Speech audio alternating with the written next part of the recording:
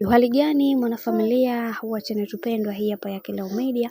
Kama ndo mara yako kwanza basi usisahau kusubscribe, kulike, kushare pamoja na kucomment bwana. Mama Dangote amwaga machozi, na hii ni baada ya kuweza kuona bibi Zuchu ama mjali kwa kiasi kikubwa, jambo ambalo hata yeye mwenyewe ameshindwa kabisa kuelewa huu ni upendo wa aina gani, kwani mara zote amekuwa akimtendea mambo mabaya, lakini amekuwa mtu ambaye haoneshi chuki ya aina yoyote. Amekuwa mtu ambaye anapambana kuweza kuhakikisha kila kitu kinakuwa katika misingi na mikakati iliyo bora. Licha ya haya yote ambayo yanayoendelea kwa kipindi hiki, lakini watu wengi wanatamani kuweza kuona bibi Zuchu akipiga hatua kubwa katika maisha, na wengi wao wakasema kwamba kuna namna fulani bibi Zuchu anahitaji kuweza kupewa pongezi kubwa, kwa sababu amekuwa mtu ambaye wanatamani kuweza kuona akifanya makubwa zaidi ya haya ambayo tuliweza kuona.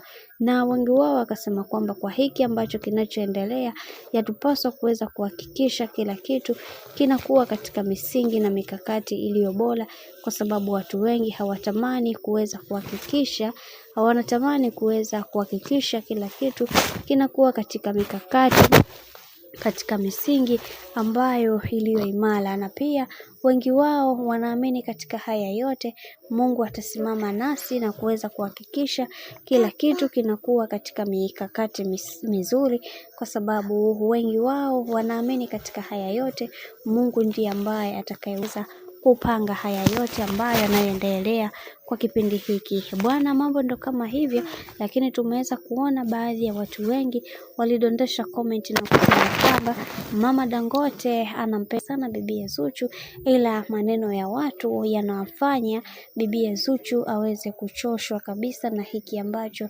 kinachoendelea. Mungu tuendelee kumuombea ili aweze kufikia malengo yake, na pia tunatamani kuweza kuona kila kitu kikiwa katika mikakati na misingi iliyo imara, kwa sababu kuna watu wengi wanashindwa kabisa kuweza kuelewa ni namna gani ambavyo watakavyoweza kutatua matatizo yao wao kama wao. Lakini kwa upande wa bibi Zuchu bwana, ameweza kuyamudu na amekuwa kabisa kwenye swala zima la mahusiano. Humwambii kitu, na yeye mwenyewe amedai kwamba hataki kabisa kuweza kushauriwa kwa chochote kuhusiana na kitu chochote. Hivyo yatupaswa kuweza kuhakikisha na kila kitu kinakuwa katika mikakati na misingi iliyo bora, kwa sababu watu wengi hawaamini katika kila jambo ambalo linaloendelea kwa kipindi hiki. Hivyo tunatakiwa kuweza kuhakikisha kila kitu kinakuwa sawa bwana. Mambo ni mengi sana, wacha nikusii kitu kimoja. Kama ndo mara yako kwanza basi nikusii usisahau kusubscribe, kulike, kushare pamoja na kucomment.